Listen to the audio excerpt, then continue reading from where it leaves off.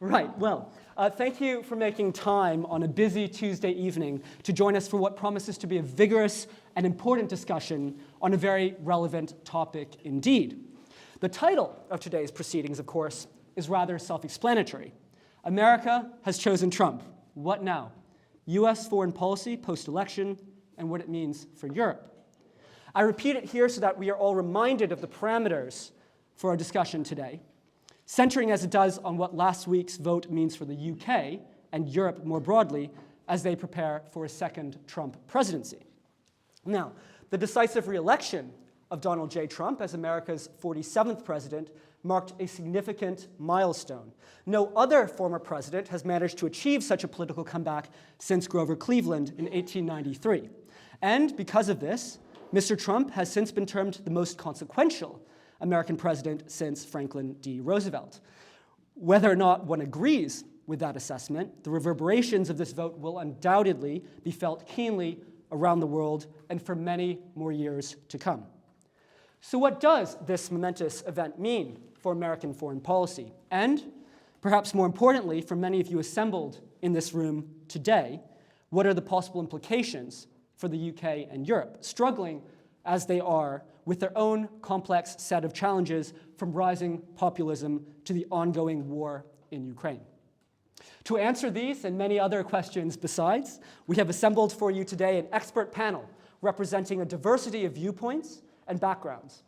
Each speaker has been allotted time for opening remarks, following which we will open the floor to questions and a moderated discussion by the chair, myself. Good luck. To kickstart this, I'm delighted to welcome Dr. Nigel Bowles, the former director of the Rothermere American Institute at the University of Oxford from 2008 to 2015, and a lecturer in US government also at the University of Oxford from 1988 to 2011. Dr. Bowles likely won't remember this, but he kindly took part in another event I organized back in 2016 when, as a rather brighter-eyed student president of the Oxford American Society, I convened a panel on that year's presidential election, which I have to say feels like a lifetime ago. Dr. Bowles, welcome. We look forward to hearing what you have to say. Thank you. Thank you very much indeed, Trevanian. And thank you all for being here. It's very good to be here and good to be in the company of distinguished colleagues. I feel slightly fraudulent in speaking to you this evening, if only because US foreign policy is not really, has never been the center of my research. I'm a student of the presidency, but particularly with respect to domestic policy. Nevertheless, it touches us all, and it's clear, I think, that in a decade or two, we might or might not conclude that 2024 was a pivot point in the history of the post-war order internationally and of the United States presidency as an institution.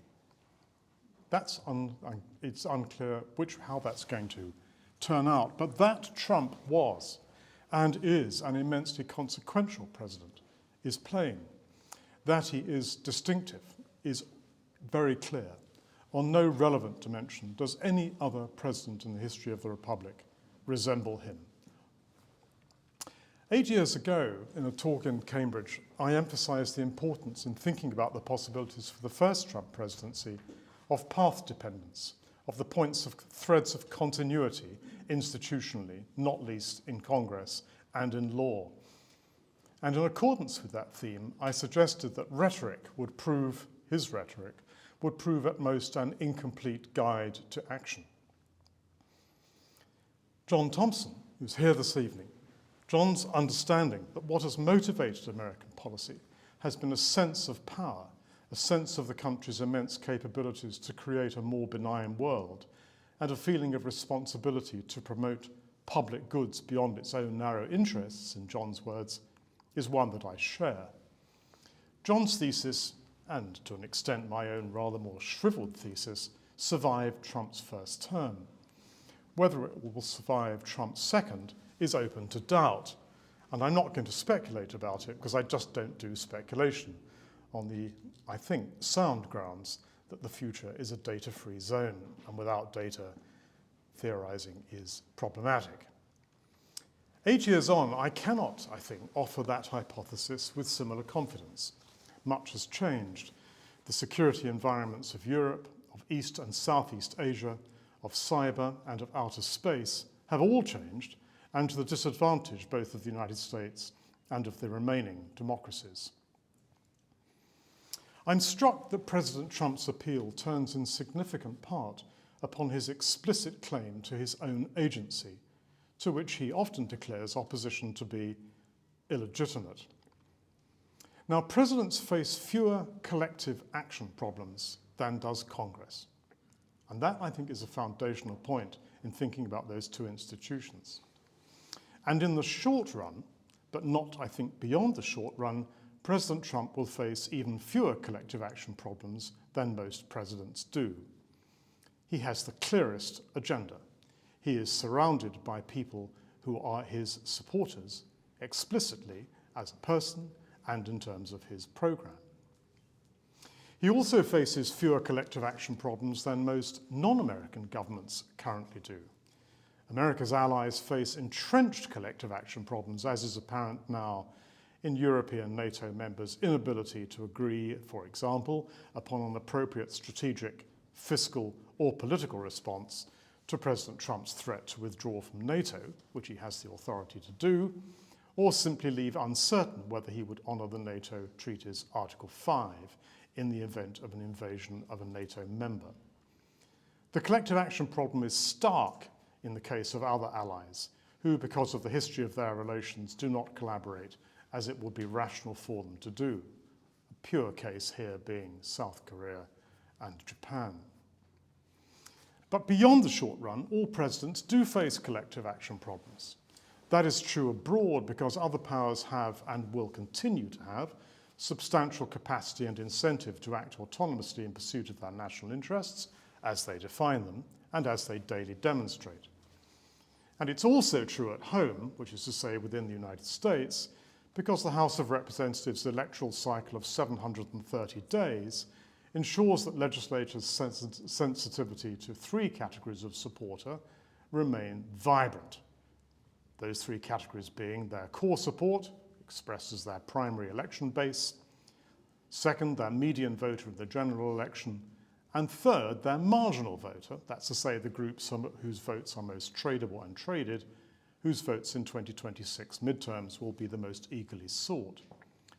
Now, of course, we all know that most congressional districts are electorally safe, absent devastating economic crisis or war.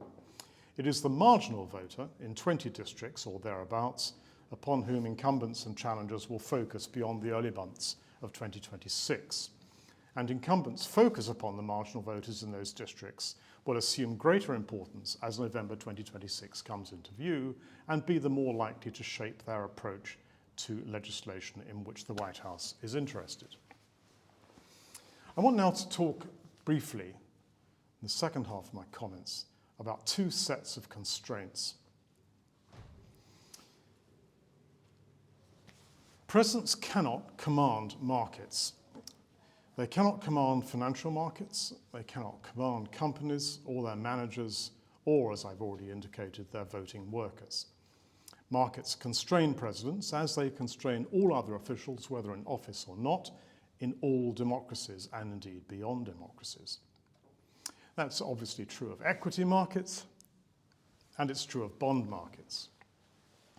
Let me say a few words about the constraints imposed currently by bond markets, which is to say the market in US Treasury debt, before turning to tariffs. Let's put some numbers down. Total US federal debt today is 36 trillion US dollars. That is the same number of cells as in a human female body. 1/5 of that 36 trillion is held by foreign and international investors. Now, for comparison, and these are nominal numbers, but for comparison, in Q4 1980, the last quarter of Jimmy Carter's presidency, the total federal debt was less than 1 trillion. How rapidly is it growing? That number of 36 trillion is growing by $1 trillion every 100 days, which is to say every 1.5 Cambridge terms. Total US debt is, as I speak, approximately 123% of US GDP. Again, for comparison, in Q4 1980, it was 31%.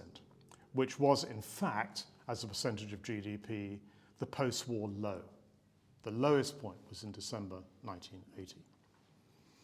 Two spikes, of course, were the financial crisis of 2007-9 and COVID. The underlying secular rise has resulted from institutional changes in Congress and a shift in ideological framings of fiscal conservatism, which, for example, during Dwight Eisenhower's presidency, was understood almost universally among conservatives in both parties in Congress as fiscal conservatism, and fiscal conservatism was understood as budget balance over the course of a business cycle. Fiscal conservatism now tends to be understood as a willingness to entertain tax cuts.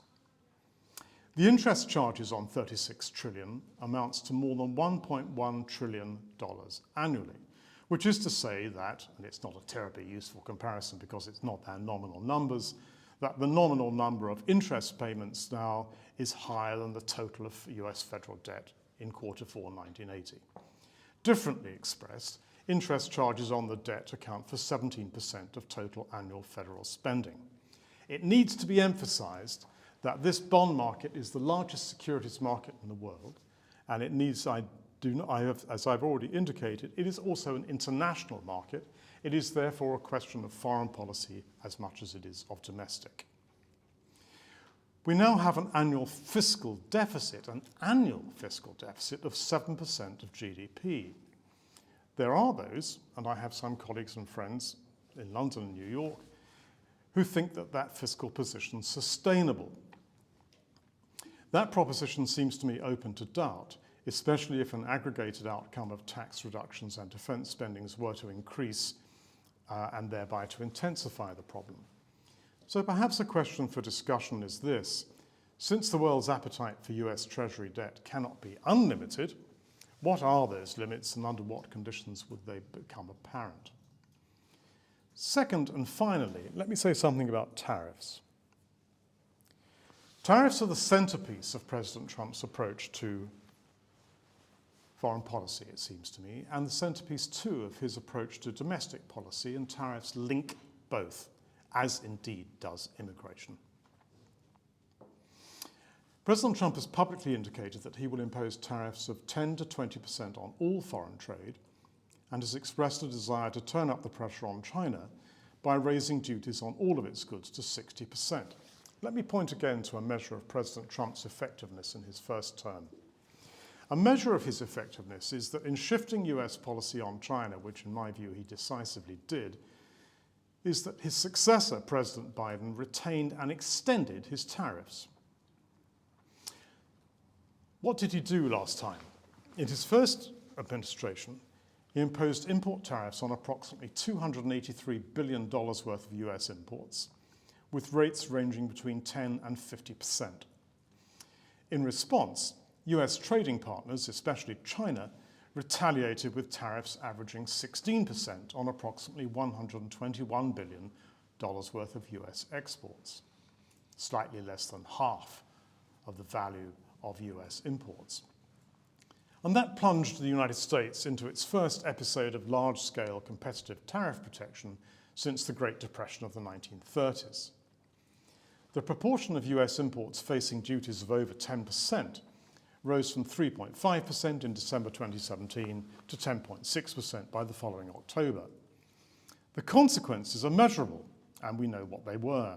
We know that the US experienced substantial increases in the prices of intermediate and final goods, large changes to the supply chain network, reductions in availability of imported varieties, and I'm slightly surprised to discover this, but the evidence seems clear, complete pass-through of the tariffs into domestic prices of imported goods.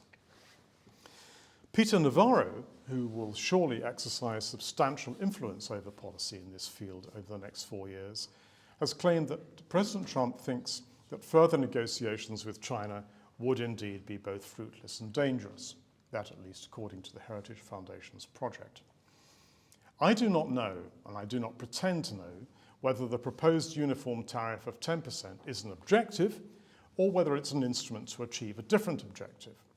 If it's the latter, then he could seek to replicate foreign countries' tariffs. I've no need to tell this audience that the United States Constitution grants to the President of the United States exactly no authority to impose tariffs. It grants all of that authority to the United States Congress. Article 1, Section 8, as every undergraduate knows, the Congress shall have power to lay and collect taxes, duties, and to regulate commerce with foreign nations. It's fundamental.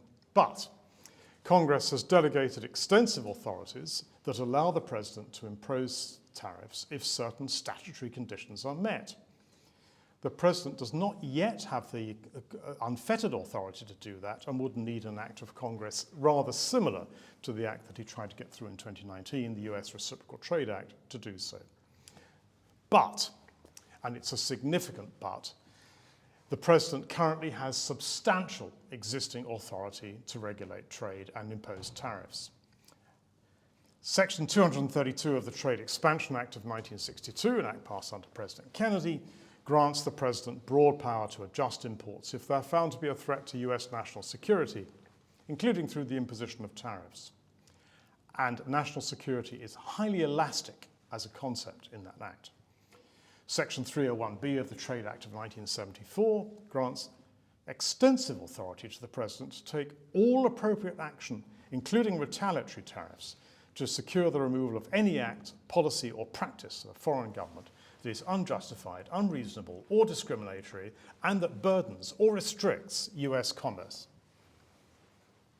As an expansive clause goes, that is a nearly pure example. Thirdly, under the International Emergency Economic Powers Act. So the President, in my view, scarcely needs to ask Congress to extend his authority over trade, since his current authority is broad, and the courts are likely to defer to him in the event of litigation. Now, there's a debate, which some of you will have seen Robert Armstrong has joined in today, respecting whether President Trump would decide to duplicate foreign countries' applied tariffs, the rate they actually apply to goods in the US, or their bound tariffs, which are the ceilings under WTO rules. It would seem to make sense to go off the applied rate because that is what actually affects US producers. In essence, whatever you do to us, we do to you. But that might have unintended consequences, because especially in the case of countries exporting the goods that the United States has to have but cannot itself produce. Take the example of coffee, an example which Armstrong cites. The US does not and cannot grow coffee. So imposing a high tariff on coffee, as Colombia does to protect its coffee growers, makes no sense as an act of reciprocation. Imposing tariffs on coffee would obviously damage American consumers, which points to a larger truth, which is that reciprocation can be a negative-sum game, for reasons that Adam Smith explained to us some little while ago. Executing a universal tariff would, I think, be impossibly complicated. Armstrong asks the question, if countries do not immediately acquiesce to lowering their trade barriers, would President Trump and Congress really renegotiate each item, line by line, with each trade partner? And the politics are unpromising, since companies dependent upon international supply chains would protest, and their members of Congress and senators would take note, the more especially as the midterm elections of 2026 approach. The theme, then, is that President Trump is an immensely consequential actor, that he will have substantial freedom of action in his first year, but that freedom of action will diminish thereafter, especially with respect to tariffs and possibly, contingently, with respect to his spending plans if bond markets react adversely to the prospect of larger deficits. Thank you. Great. Thank you very much indeed for that great contribution, which I think sets up our discussion very well indeed here. Our next speaker, Greg Swenson, is a founding partner of merchant banking firm Briggs & McAdam and chairman of Republicans Overseas UK. A frequent business and geopolitical commentator for the BBC, CNBC, CNN, Fox News, and other media platforms. He holds a BA from Boston College and an MBA from the Kellogg School of Management and Northwestern University. Greg, welcome to Cambridge. The floor is yours. Great, and thank you for having me. This is fantastic. Nigel just ruined my night talking about the debt crisis that nobody seems to talk about except Nigel. But it really is important. It was one of the two things I was going to mention of topics that you don't hear much about that we should be discussing. That's one of them. The other one's energy. I'll get back to it. But we're in a unique situation, as we all know, that this is the first time since Grover Cleveland that a president has lost his reelection and then won it 4 years later. So also during the election, it's only a week ago today, we had a chance to look at, make it a referendum on two different administrations. And that's one of the many reasons why Trump won, because it's that rare moment where you have a track record of two administrations. So I thought it'd be useful tonight to look at Trump 1.0 and then try to determine in some way, figure out what we can expect from Trump 2.0. And again, that's unique. And then the second major point is just that foreign policy is never the top of the agenda for American voters, and that's sort of age-old. Every 20 years or so, it elevates. It never becomes number 1 or 2 or 3 even. But this is one of those years where it actually did elevate. In one poll, I think it was Gallup, where typically Americans, only 20% of Americans rank it as a top issue. This year it went up to 40%. And that happened in 2004 with the war on terror and George Bush, and it happened in 1984, kind of peak Cold War for Reagan. So every 20 years, this was one of them. Again, it didn't rank super high. But I think that one of the reasons is the world is a much more difficult place than it was 4 years ago. So Trump is entering a much more delicate situation than he did in 2017. But also, his foreign policy decisions or outcomes in his first term were surprisingly positive. And nobody expected Trump to be a foreign policy president. He didn't campaign that way. He was much more of a domestic policy campaigner.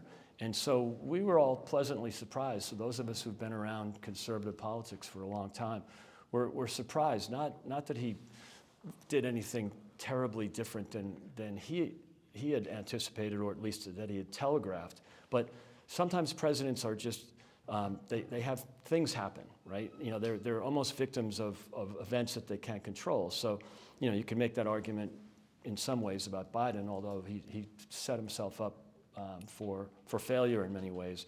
You know, starting with Afghanistan, of course, but other things like energy policy. But Trump kind of surprised us. Things come up. And George W. Bush didn't expect to be a foreign policy president either. And then on 9/11, it just kind of hit him in the face.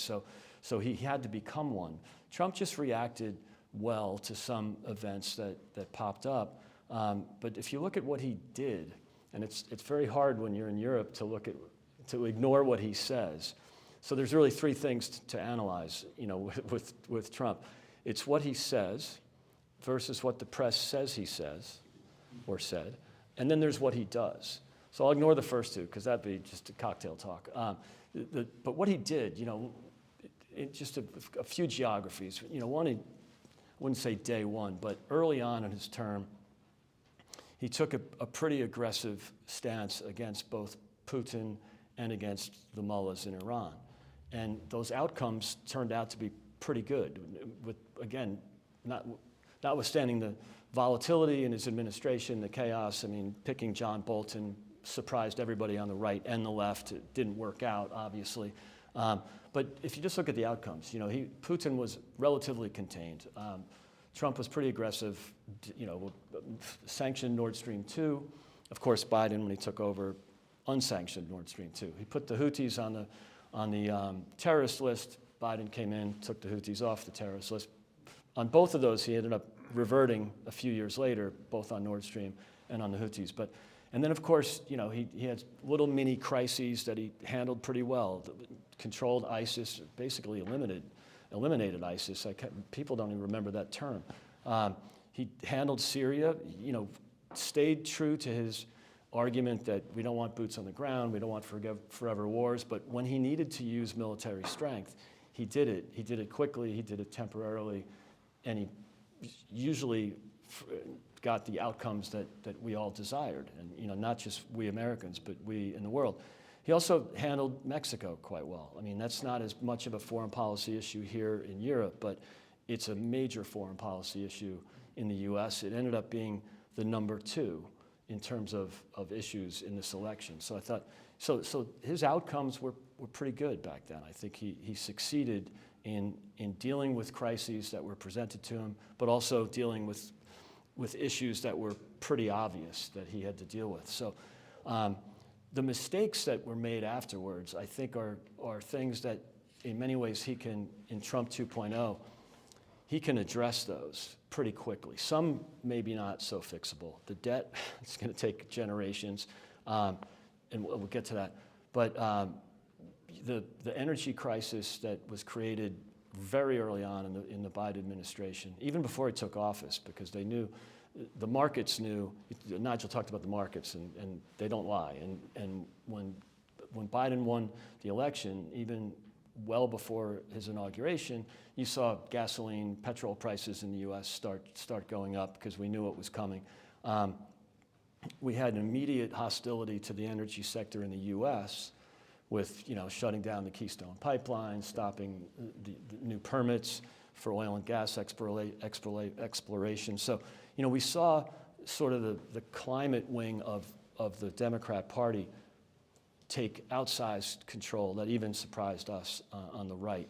And so that was a top voter concern, of course.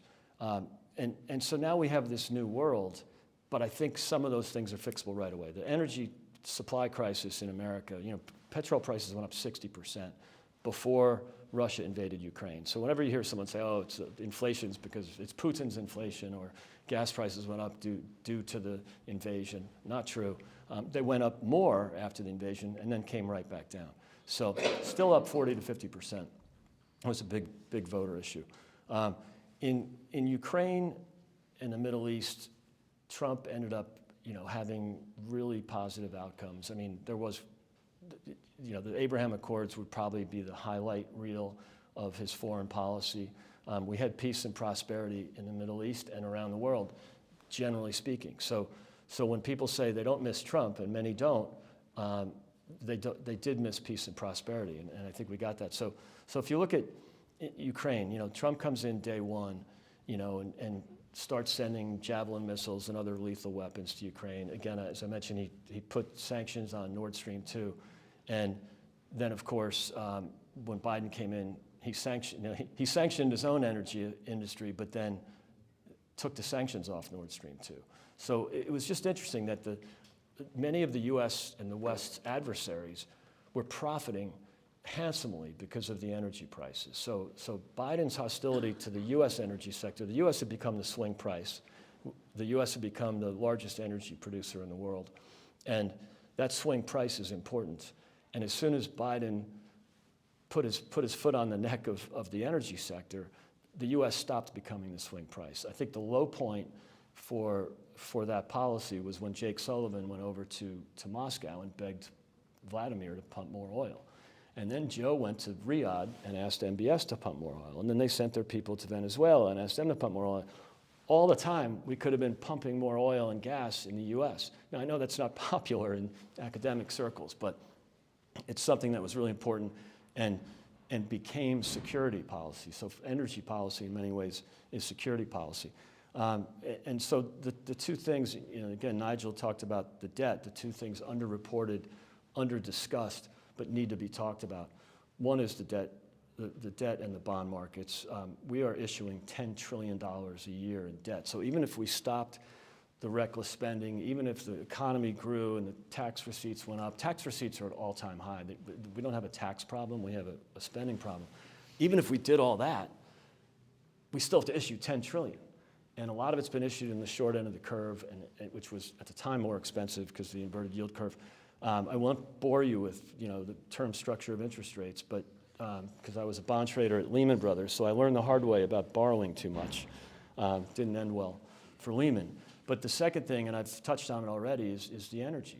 Energy is really security, and becoming the swing price, making it more difficult for Iran and Russia to earn tons of petrodollars, less funding for the various groups supported by Iran, the Houthis, Hamas, Hezbollah. those were all indirect effects of the hostile energy policy that the Biden administration had. That'll probably be reversed day one. It'll take a while for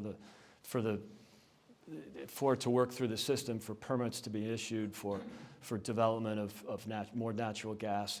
But already the markets are reflecting that. Every market has gone up except oil and gas, and the bond market has not gone up. The rates have gone up, which means the bond prices are going down. So I'm worried about both.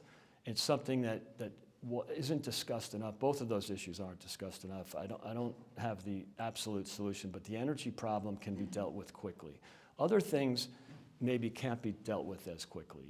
When he left office, there were no new wars that had started. We didn't have the Ukraine invasion, and we didn't have war in the Middle East. So I'm not suggesting that he can end that in 24 hours, end either one of those in 24 hours. But I'm just checking the time, make sure I'm not boring you to death. Good, so we're at 10 minutes.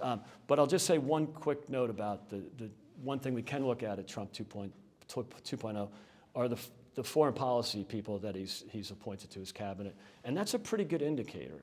Yes, they're Trump loyalists. I think that's good because they'll work well with the president. There won't be leaks. There won't be drama like we had with several of his early appointments in the first administration. He's much better at this now. He's had much more experience. He had more time to plan this. I think 2016 was a surprise to many, including himself. And this time we have, Elise Stefanik as UN ambassador.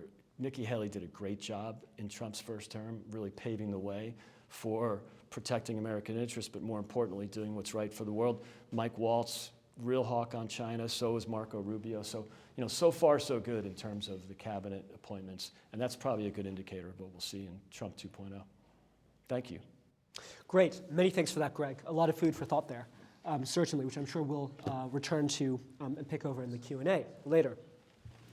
It's now my distinct privilege to welcome Professor William Hurst, co-director of the Center for Geopolitics. He is the Tsinghua Professor of Chinese Development in the Faculty of Asian and Middle Eastern Studies here at the University of Cambridge, and has held previous appointments at Bowdoin College, the Universities of Oxford, Texas, Toronto, and at Northwestern University. Professor Hurst, we very much look forward to your contribution. Thank you. Thanks very much. Thank you for having me. All of this talk of the debt and of possible fiscal constraint that would actually probably hamstring any president coming in, whether it's Trump, Harris, or anyone else, particularly if their fiscal policy entails large tax cuts and large increases in spending on defense or other priorities, really, I think, is a nice fit with the allusions made to Grover Cleveland and the suggestion that Trump may actually be Grover Cleveland of the 21st century, an image which I shall ponder while drinking my Hawaiian coffee, which will not be subject to tariffs, because it's the one place that does produce coffee in the United States. So if we think about this, though, let me start with two contrasting stories from yesterday morning. Yesterday morning, I was hit with two pieces of news from Indonesia, which were quite different from each other. The first was a WhatsApp message that I received containing a video that had been recorded by the new Indonesian president, Prabowo Subianto, of him making a telephone call to Donald Trump to congratulate him on his election victory.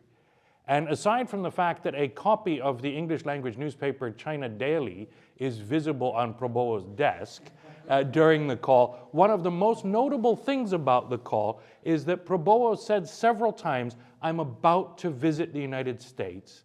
I would love to meet with you. I will travel to wherever you are whenever you want if we can have a meeting." And Trump said, yeah, that's very nice. You're doing a great job in Indonesia. He blew him off. He didn't agree to any kind of meeting, didn't say, oh, we'll set a future date for meeting. I'm too busy right now at the transition. Didn't say anything of that sort. Now, this was a surprise to me because Prabowo is universally regarded as kind of a right-wing populist. And a right-wing populist who's really sort of a bird of the feather with Donald Trump, with Narendra Modi, with Jair Bolsonaro in Brazil, right, with this whole wave of kind of right-wing populism. Yet Trump was rebuffing him. Indonesia is also the most important country in Southeast Asia, arguably, for reasons I'll get to in a second, the most important region in the world for American foreign policy to focus on if, in fact, China is a primary concern of the United States. The second story from Indonesia yesterday was a joint communique signed in Beijing by, actually, I'm not sure it was signed in Beijing, but signed with the Chinese government by Prabowo's foreign minister, Sugiono. And this communique said that China and Indonesia agreed to protocols for the joint exploration of natural resources in areas of overlapping claims in the South China Sea. Now that was very interesting because Indonesia does not recognize that there are any overlapping claims with China in the South China Sea. The only way there could be such overlapping claims would be if we were to set aside the ruling of the Court of Arbitration in 2016, right, which invalidated any of the claims that China's made to sort of rocks and features in parts of the South China Sea. And if we then said the 9-dash line is, on some level, a valid claim, which is not Indonesia's position, at least not until yesterday, it seems. So, in fact, I mean, I think it's actually just a foolish mistake on the part of Sugiono, who's a foreign policy neophyte in the foreign minister's chair, but it suggests that there's at least some space for Indonesia agreeing to take seriously some of these claims that China's put forward over the South China Sea.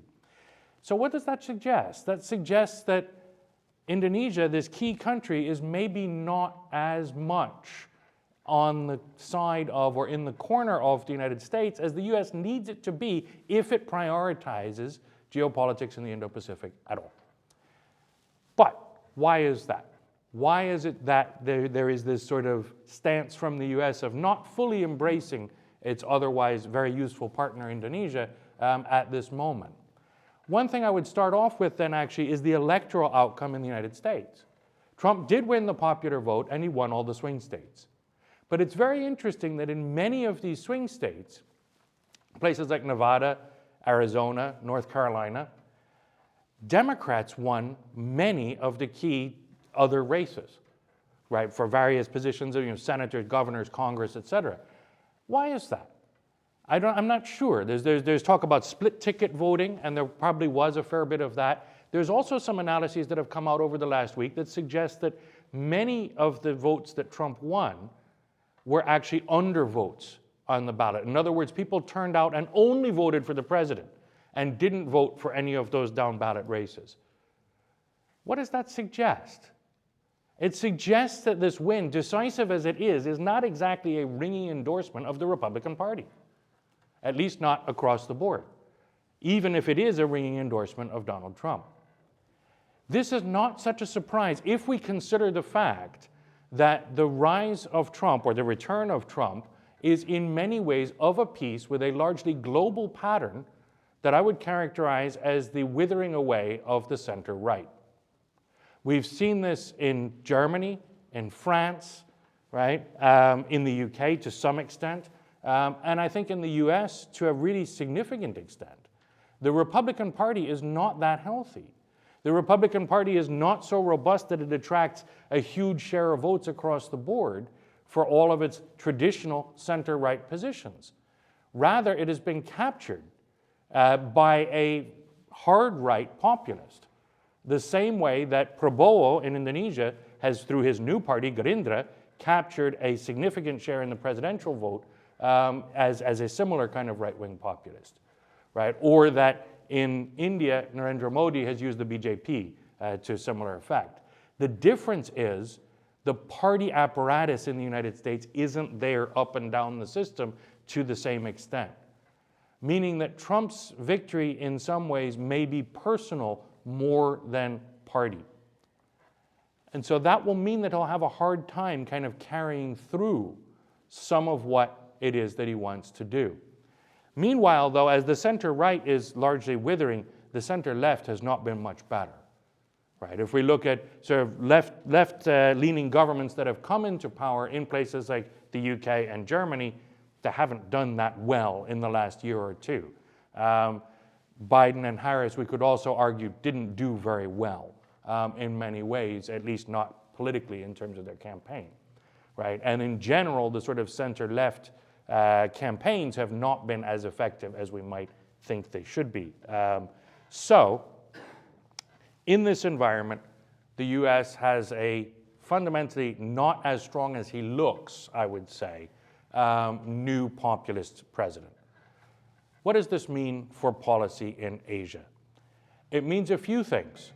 First of all, if we look at traditional American allies, right? If the United States wishes to pursue a policy of essentially containment against China, which if you look at most of the foreign policy experts in Trump's orbit, it's one version or another of that, right? That there's a strategy of denial, there's various other words for it, but basically it means trying to make sure that there is a bulwark of allied states across what's often called the first island chain, from Japan all the way through into Southeast Asia. So for a country like Japan or a country like South Korea, during the Biden administration, those bilateral relationships and alliances were prioritized to a very great extent, right? They fared very well with Biden. With Trump, it's not as obvious. If we look at the first Trump administration, Japan, I had thought, would be easy for him, right? Abe Shinzo was in power at the time in Japan, the one prime minister Japan has had really in the last 50 years who I thought would be best suited to get along with Trump. And they sort of got along, but they didn't really do what they could have done either on security or in terms of, for example, a bilateral free trade agreement, which I thought might actually be forthcoming. If we look at South Korea and the record there in the first Trump administration, right, at first, Trump provoked a bit of a crisis with North Korea with very tough rhetoric, and then he was ready essentially to backpedal on all of the security positions that the US had had since the Korean War. If you're a South Korean politician or a voter, how are you going to feel about that? Right? Not necessarily super positive. It divides South Korean opinion, actually. There's quite a split in the electorate there. But suffice it to say, Trump is not universally popular in South Korea for this reason, and there isn't a strong degree of confidence that he's going to be as steadfast or reliable an ally or partner as, in fact, Biden has been. So if we look at those traditional allies, that's sort of where they sit. They're looking for reassurance, I think, from the US in security terms, and they're looking for a better economic relationship, and frankly, they're probably a bit wary of 20% tariffs. They're both major exporters to the US market, right, who presumably would not want to lose that trade. If we look at Southeast Asia now, to come back to Prabowo and others, right, the Philippines is a treaty ally of the United States. The United States also has important security relationships with Vietnam, Malaysia, Singapore, and others. To what extent will Trump actually prioritize those relationships? To what extent can those countries actually rely on the United States to continue or even scale up its freedom of navigation operations in the South China Sea? To what extent can they be confident that the United States will not prioritize cutting a deal with China over maintaining the relations it has with those countries? I'm not sure. Now let's think about Prabowo again in Indonesia. This right-wing populist leader, trained in the United States, including in military academies there, overtly seeking closer ties with America. Where is he going to go if Trump continues to rebuff him? What's going to happen? Right? If we look at just what's happened now, his foreign minister signed that joint communique with China. The other thing Prabowo did when he was in China, by the way, just this past week on his first official trip, he signed an agreement to bring at least $10 billion worth of investment from China into Indonesia. Now, this is really important because Indonesia's economy in the last 5 years has prioritized two things: infrastructure and foreign investment. Most of the funding for that infrastructure and foreign investment has been coming from China, and it's been going into key sectors like nickel mining. Now, that's not going to stop, it's going to expand. That's what that deal meant. Where is the United States? To what extent does the United States prioritize trade with Indonesia? I don't think very much. And in fact, they're going to put tariffs on them now.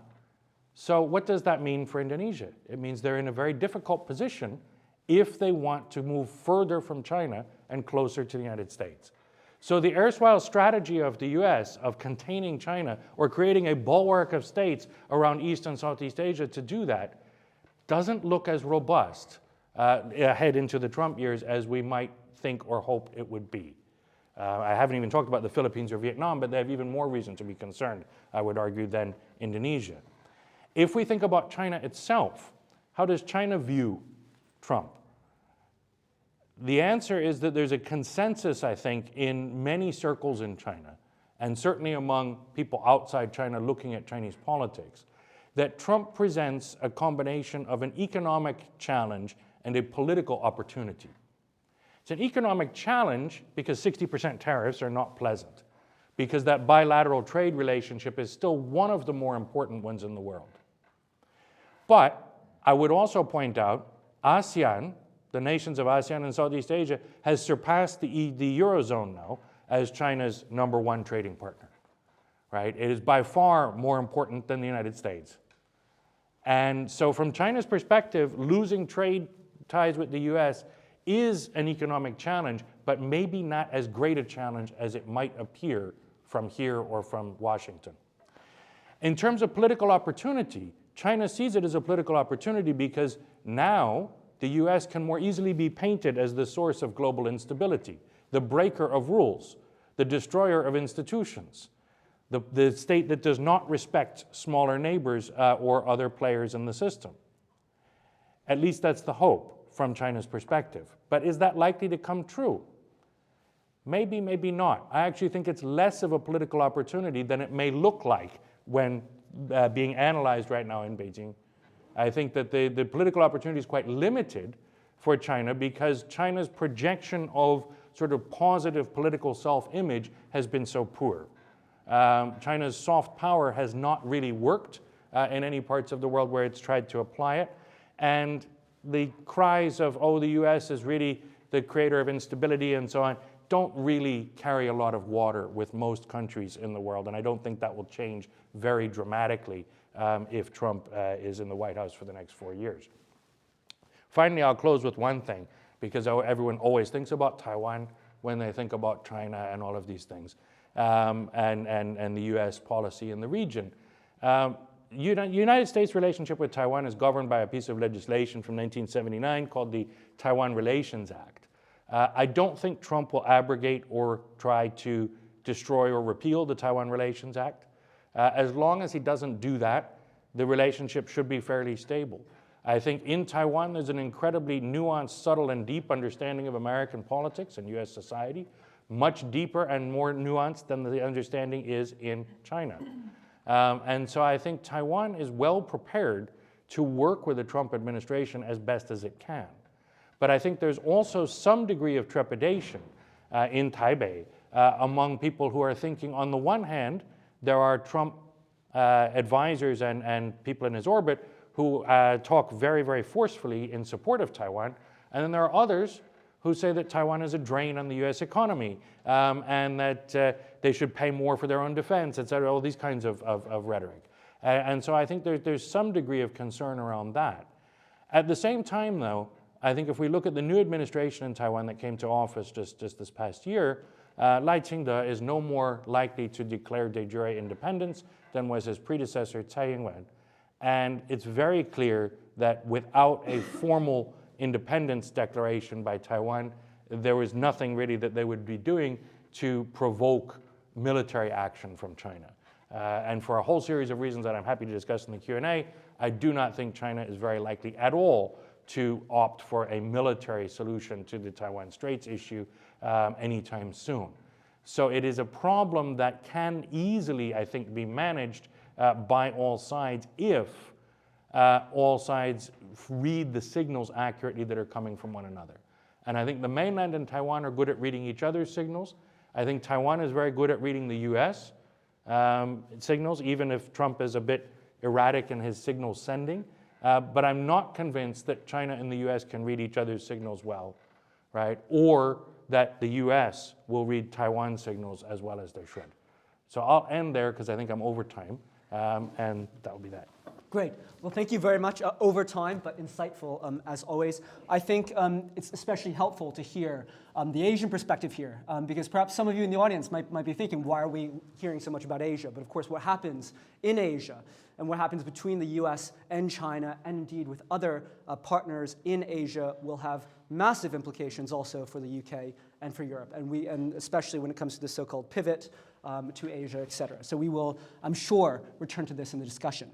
But first, last, but certainly not least, it's my great pleasure to introduce Dr. Victoria Vdovychenko, the Joint Program Leader for the Future of Ukraine program here at the Center for Geopolitics, and Program Director for Security Studies at the Center for Defense Strategies. She's a widely recognized and published expert with a particular focus on relations between Ukraine, the European Union, and NATO. Victoria, you're most welcome, and I look forward to returning now to the European continent. Thank you so much, Ravel, and it's a huge privilege and honor to be in such a distinguished room with such a distinguished panelists and speakers. I'm Ukrainian. I'm actually from Vinnytsia. I don't know if someone knows you, heard about this city. Why I'm saying that, of course, I miss my family, but also my cat.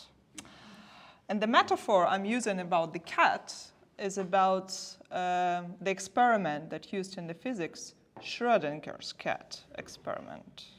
And I would like to apply it to geopolitical realities that we are living in, and try to zoom you from my Ukrainian perspective, as well as my colleagues' Ukrainian perspective, into what's happening in Russia, what's happening in Ukraine, and what's happening in the world, specifically focusing on, of course, in the last 7 days, I think we had a myriads of the talks as well as potential scenarios, as we say. So, coming back to the cat, who doesn't know this experiment, the cat is considered to be both alive and dead until what I call Pandora box is opened, right? So, until you're testing it on the ground. The experiment is used to represent how scientific theories work, where no one can know if the theory is correct until it's tested and proven. Let's zoom this theory into Russia, and again, I'm zooming it from Ukrainian perspective, which I'm very happy to share.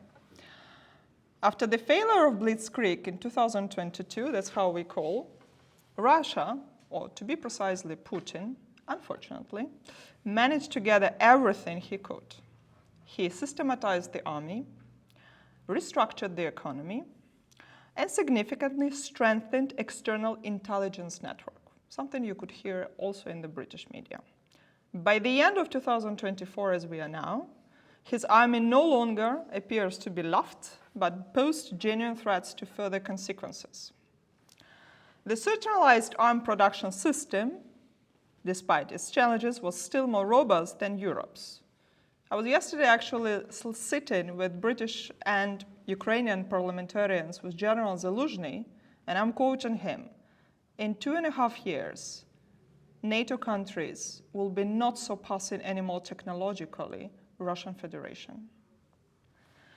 The Kremlin was driven by basic instinct for self-preservation to maintain an imposing front for as long as possible, while Russia still had the strength and its adversary remained paralyzed, or as a strategy of being intimidated by the nukes, for example. We believe that this vision on how the war will go on is absolutely different for Russia, as you've already heard, ideologically and economically speaking, for Ukraine and for Europe. How it is different for Ukraine? In 2022, I very much remember that, we resisted because of you guys, and NLO, technologically driven. We were prepared because you equipped us in 2020, 21, and especially 2022. In 2020, it stopped what we say the invasion of a big army, initial, and it's helped us to burn down what was happening in Kyiv region, Kharkiv region, many other regions. In 2023, started a different path, attrition and complete blockade. Bombing of critical infrastructure, of course, making Ukrainian civilians fear. Via Storm Shadow, thanks to you guys, but also our American partners, we also handling that, but bleeding. 2024, September, 270 Shaheds starting from September, 200 missiles in October, 150 in November this year. 1/3 of them are North Korean, hitting Ukrainian cities, where I'm going actually the day after tomorrow. 30,570 heavily airstrike targets of civilian infrastructure. In comparison, Ukraine received 160 missiles or rockets, so pure mathematics. One rocket for 20 different targets. No anti-missile system in the world can handle both heavy strikes and the drones. So we have Iranian Shaheds, North Korean missiles, North Korean soldiers, and of course, Russian Federation soldiers. What other type of war came to the global world? So we have a new coalition of countries. Iran, China, North Korea, and Russian Federation. Any solutions? Because that's something I'm coming now to the United States and how the Trump elections are important. And why UK, we see as Ukrainians, UK has a really special primary role in that. Because only in the partnerships we can overcome this technologically driven Russian Federation ideological ambitions. You guys have innovative technologies, both of your countries.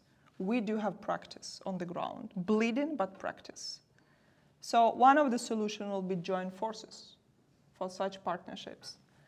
We definitely understand also how we see that the Trump thinks. I'm very happy to support some of my previous panelists saying about Nord Stream, which is absolutely true, about some of the sanctions that were imposed during Trump 1.0 period.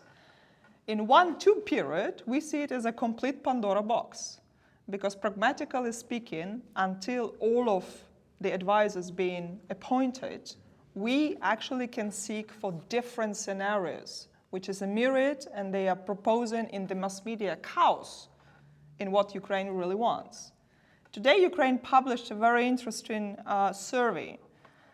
68% of Ukrainians, according to the survey, will never accept any of the territorial concessions. And therefore, we are saying the concept of 1991 borders is not for Ukraine.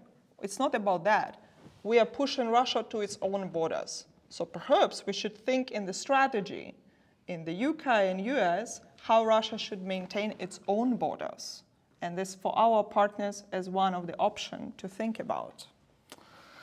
It's more cost-effective and strategic to destroy Russian capabilities at the airfields before they strike civilian infrastructure, Ukrainians, rather than perpetually defending against with these myriads of the missiles that are even hitting today. We definitely agree on the economic pragmatic perspective, and of course Europe in particular will have to something to put it on the table or on the plate as a business menu for US to negotiate with.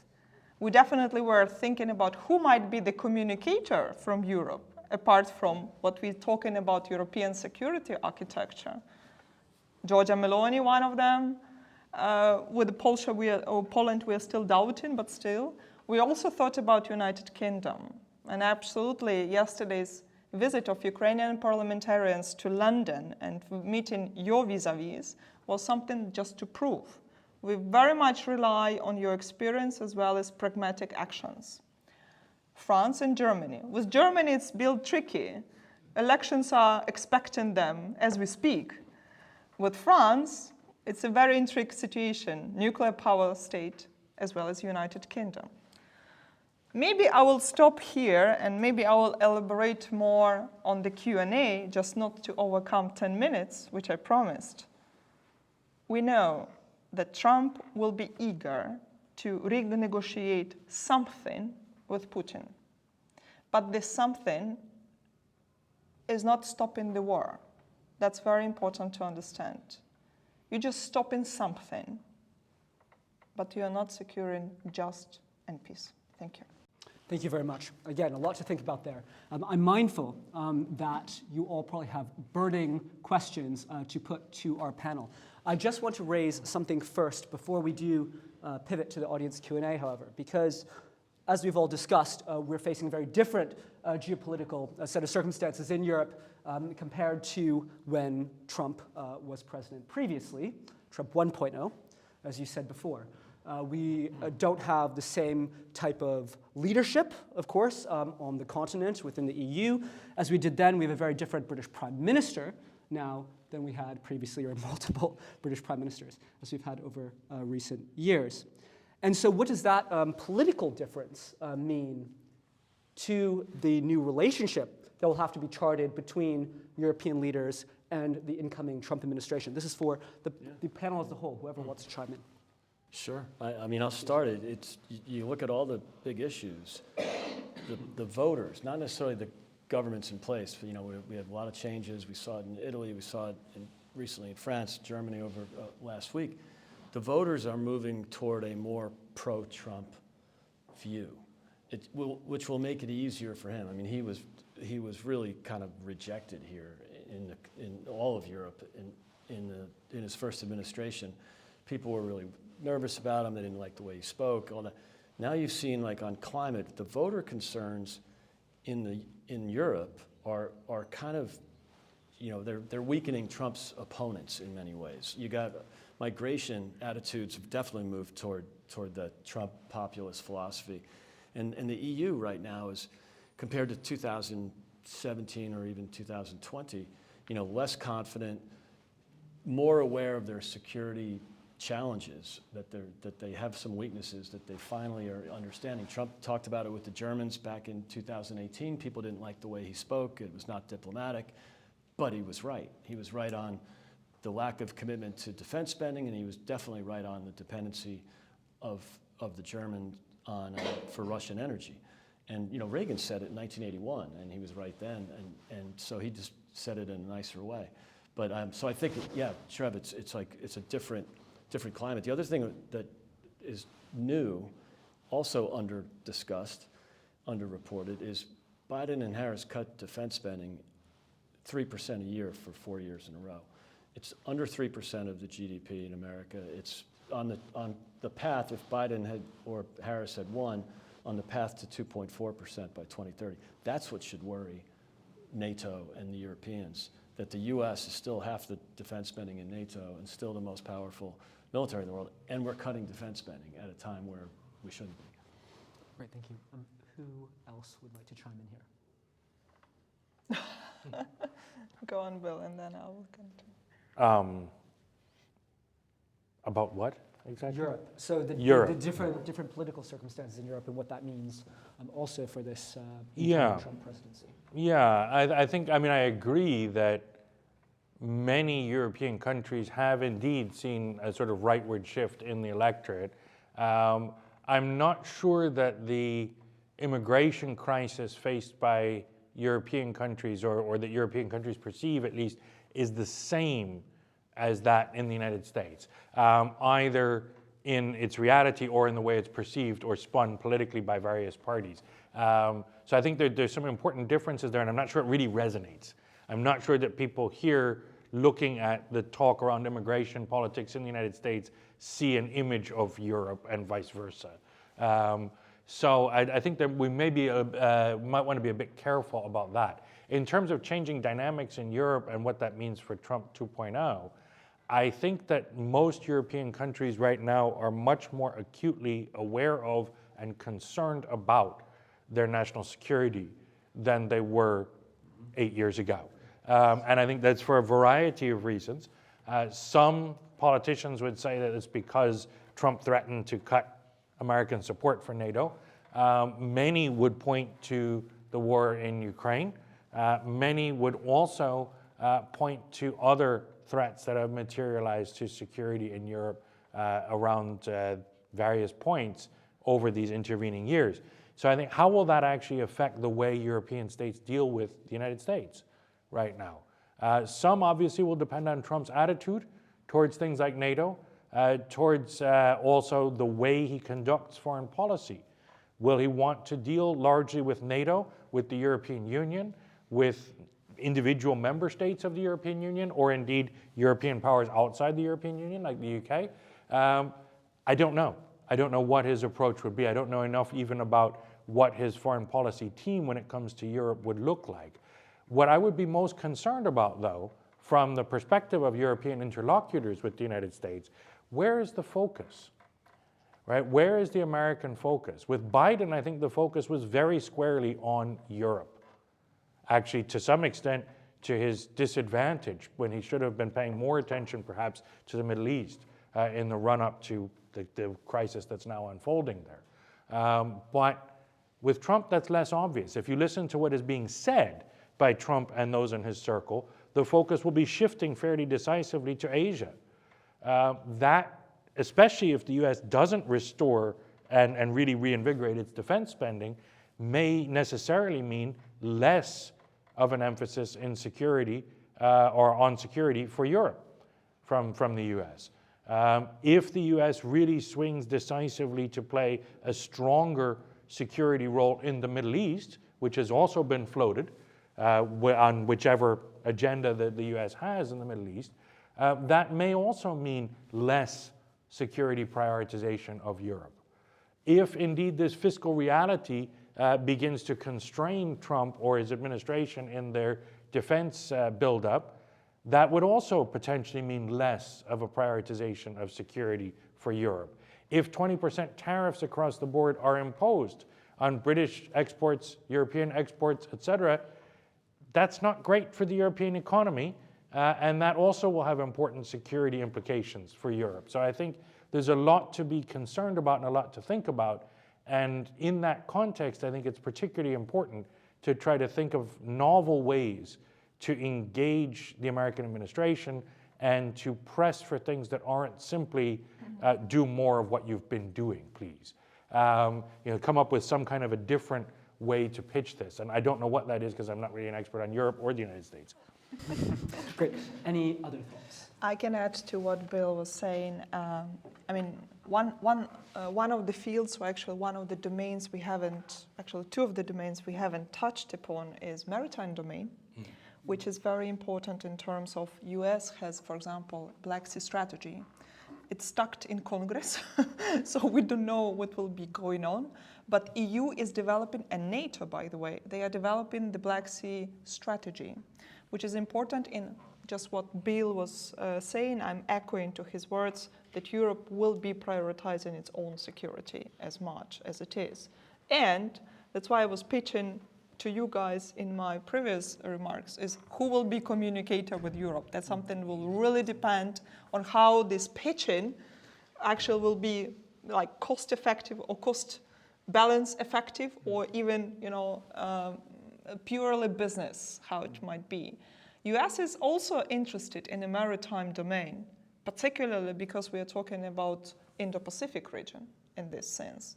And everything in the maritime domain is very much interconnected, as well as in cyber domain. That's something where basically technology the US is still having, and something we are now trying with Ukraine, like with my country, to share.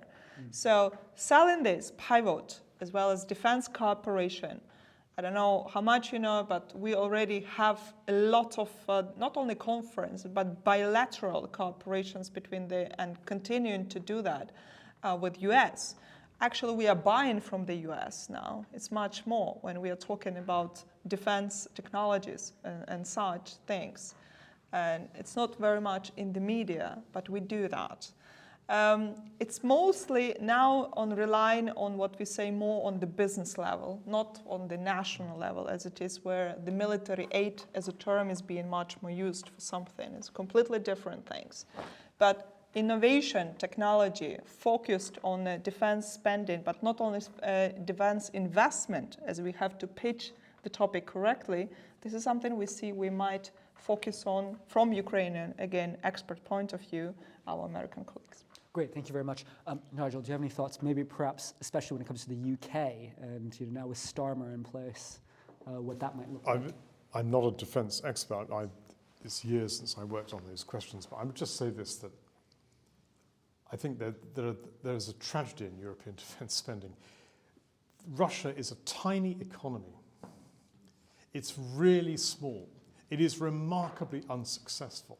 It lacks powers to innovate. It has very few exciting, interesting, cutting-edge companies. It is dependent overwhelmingly upon established sectors such as aerospace and primarily mineral extraction. The potential for Europe to organize itself as a serious defense player with potent forces of the quality, for example, to take one example, of the quality that Finland deploys. It's a potent and powerful player in the North European space, is considerable. The tragedy is that there is insufficient coordination, insufficient common purpose, insufficient interoperability, and insufficient coordination with respect to strategy and weapons acquisition, and to resourcing. And we in Europe need to solve that problem because our liberty might depend upon it. I was speaking to a colleague a few weeks ago who said that he was struck that debates among his colleagues in Europe and defence circles in Europe were whether at present they could find a way to persuade each other to raise defence spending by, let us say, 10% above current budget levels. But his speculation was, and it's one that I have great sympathy with, we might well find ourselves within the next 2 to 3 years in a position where we have no alternative but to increase it by 50% over a 5 or 10 year time horizon. And I think it's very unfortunate that problem's not seized. It's easy to explain why it's not seized in terms of the institutional structures, but it's a very costly deferred decision. Great point. Great point. Absolutely. Thank you very much. I want to now pivot to the audience and give you your opportunity to chime in. When called upon, if I could ask you please to first introduce yourself and then to keep your question as brief as possible so as many people as possible can join the discussion.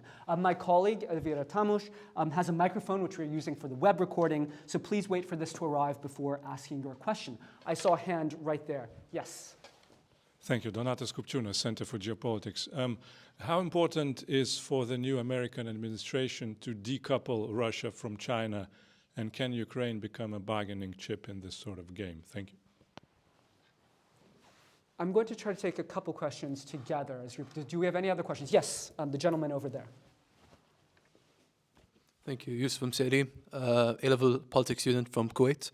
My question is, how might the new Trump administration pose policy towards the GCC states in regards to the new Saudi-Iranian truce and diplomatic relations that's been exacerbated over the past week following the election and the extraordinary Arab-Islamic summit? Great. Let's take that one over there in the first round. Yes? The lady in the, yes. Hi, I'm Naomi, I'm a MPhil student in Politics and International Studies. My question is about Southeast Asia, and given Trump's preoccupation with containment of China, why, Professor Hurst, you're not so optimistic about his strategy? Great, thank you. Shifting a bit further from Europe, but we'll take those, and I'll put those to the panel. So on, again, Ukraine, the question about decoupling, whether the new incoming administration wants to decouple Russia and China, about the Gulf, and then also about Southeast Asia. Who would like to, you can pick from the menu. Yeah, I mean, I can address all three. I'll just pick Asia. I think there's a lot of talk about expanding the AUKUS deal that was done between the UK, Australia, and the US, making kind of a military alliance. It would be great if it came along with a trade alliance as well, like the old TPP from 2016.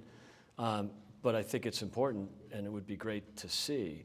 And Kamala Harris actually was talking about bringing the Philippines into it too. It would include, sort of the Australia, Vietnam, of course, the Asian countries ex-China. I think it's a great idea, and the sooner we can do it, the better. Thank you. Anyone else? I can speak to at least two of the questions. On the first question about China and Russia, That is a relationship economically that has really blossomed since 2022. It had been a fairly robust relationship before that, but not all that important from China's point of view.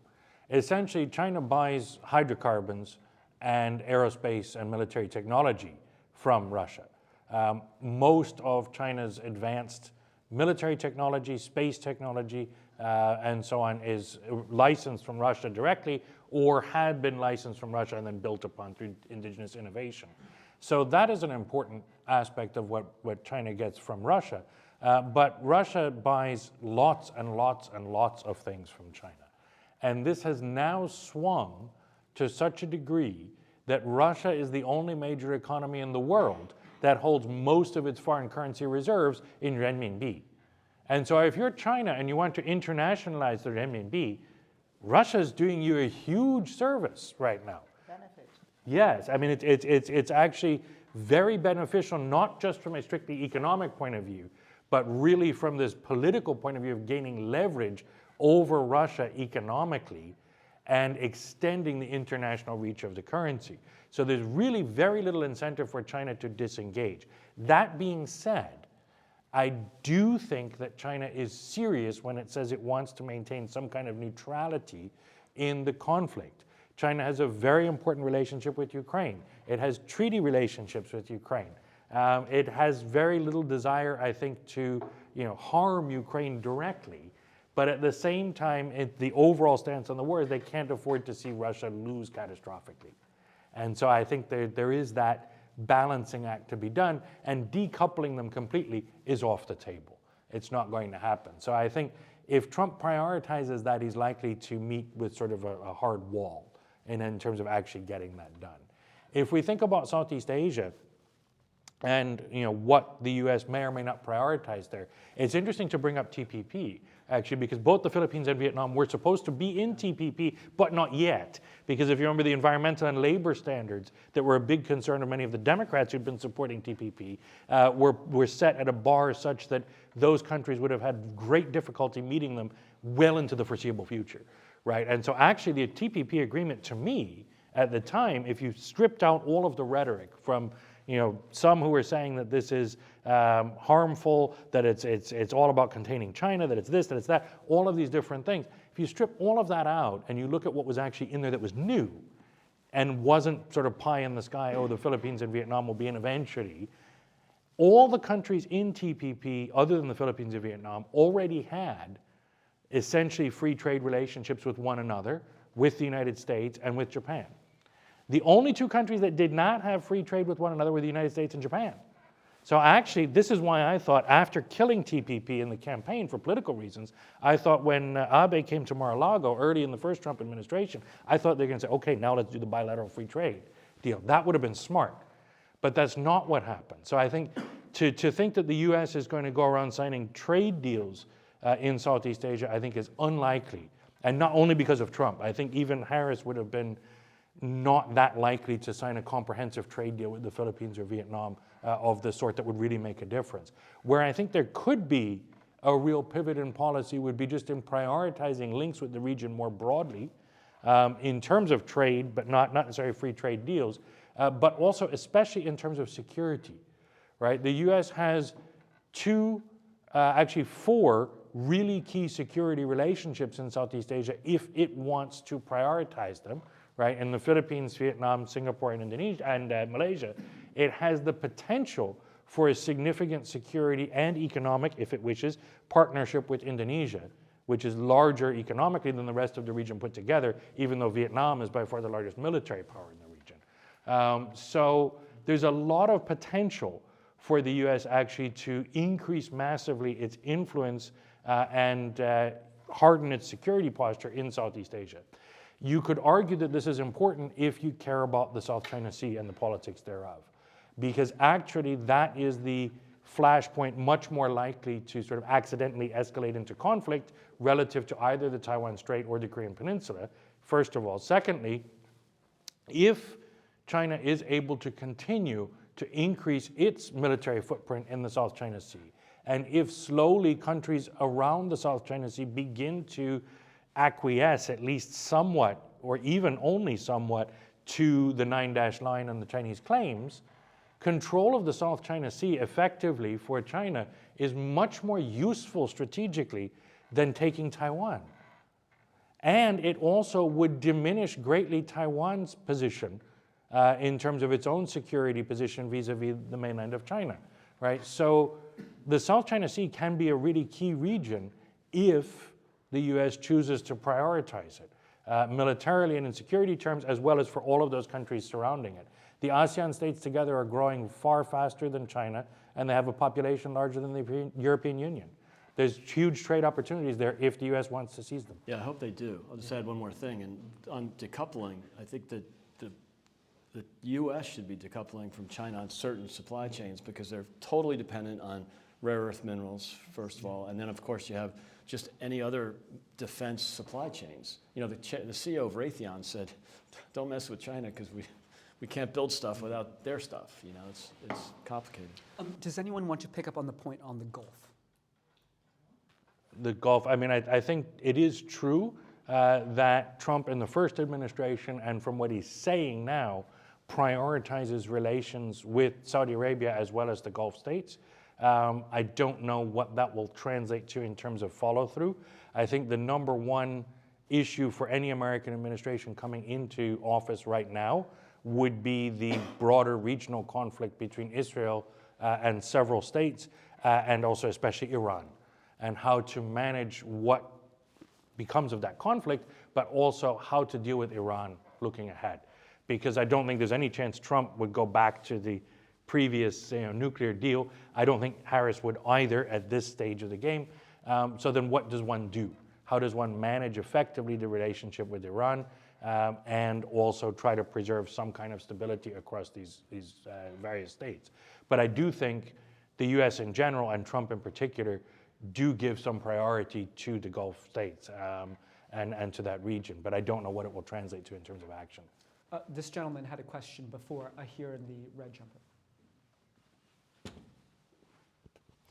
Hi, thank you. Hi, thank you so much. My name is Jay Kirkley. I am an MPhil student in Health Medicine Society. My question is on international energy policy. You acknowledging that the Republican Party has moved away from this idea that climate change is an event that's occurring, but Europe has moved closer to the idea of green energy and recognizing climate change. Do you think this ideological split is going to cause tension in future policy negotiations moving forward? That's an excellent question. I'm going to tack on to it also what we see happening with the IRA. So would someone like to, or anyone who wants to chime in with us? You mean the Inflation Reduction Act? This isn't Yeah, in terms yeah, of security. yeah, Okay. This is economics, not security. Yeah, the IRA and the... I think it's, I mean, great question. I don't think that, there might be some tension with governments that are still, I mean, Keir Starmer's down at COP29 right now.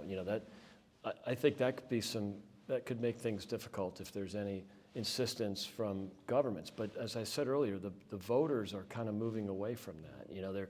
They're frustrated with, they say their number one issues are inflation or cost of living and immigration, and then the governments go out and talk about misinformation and policing misinformation and climate, right? And that's just not connecting as much as it was with the voters. So it's a really low priority for the US, so you're absolutely right to say that. But I don't think there'll be as much of a conflict now as there would have been 8 years ago. Any other comments? On things about, I'll just focus on my country, if that's okay, because it's going to be very interesting. Just in 2 days, I'm going back to Ukraine, absolutely organizing energy efficiency conference for the communities of Ukraine. And you're going to be very surprised. So apart from when the critical infrastructure is almost 80% hit, not 80%, what we say, it's heavily. You rely more on the green energy, and that's something that we are doing because we were still struggling to come to the European Union. It's one of the prerequisites of the association agreement of Ukraine that Ukraine continues to do the reforms successfully to some extent. Alternative energy, this is something that we see as an option. We're using the solar, we're using the wind power in particular because it helps the micro or small communities, to be self-sustainable. And therefore, we are coming to, in the future, you're going to see that it's going to be happening. Because it's been hit in Ukraine, it's absolutely amazing opportunity to rebuild it in a completely different stance, to make it not centralized as it was in the Soviet Union time, but make it decentralized with the focus on the priorities on the community level. So for us, when we hear, that's why I was saying in my remarks, we knew that Trump will be taking off the climate deal and whatsoever, which is related to climate, but we still more rely on what we say European things. Basically, my city is the only city in Ukraine during the full-scale invasion which has Green Deal being implemented. Can you imagine something like that? So, I mean, it's very interesting in terms of all of the grinders, as well as US or UK or any other partners thinking to post us on the generators. We say, no, we don't need that. We think more in the technological development, also in the energy efficiency stance. Great. Any other? Yeah, just very briefly. Final minute, yeah. Yeah, because I actually have to run in a second as well. But the one thing I would say is that just as we were very surprised that Biden decided to retain the Trump tariffs, or most of them, and actually increased some of them, we may be surprised again that Trump decides that he suddenly loves many of the provisions of the Inflation Reduction Act. Because actually the Inflation Reduction Act is the big infrastructure package that was always promised every week, right, during the first Trump administration. And it's the kind of broad industrial policy that I think is really part and parcel of the strategy that Trump puts forward of protecting industry, but also investing in and growing American manufacturing, right? So I think it's probably not obvious that this would happen, but I think it's quite possible that in fact the new administration will find itself very happy with this aspect of what the previous administration did, just as Biden was actually happy with the tariffs that everybody was decrying on the Democratic side before he took office. Excellent, thank you. Any final contributions? Great. I'm afraid we're out of time, but if you can find our speakers afterwards and ask your question then. Ladies and gentlemen, thank you very much for coming. I hope this discussion was informative and enjoyable. And we have various brochures from our different strands dotted around on the side. Feel free to pick one up. And have a lovely evening. Thank you very much. Let's give a big round to our distinguished panel today. Thank you very much. Thank you. That was great. Thank you very much.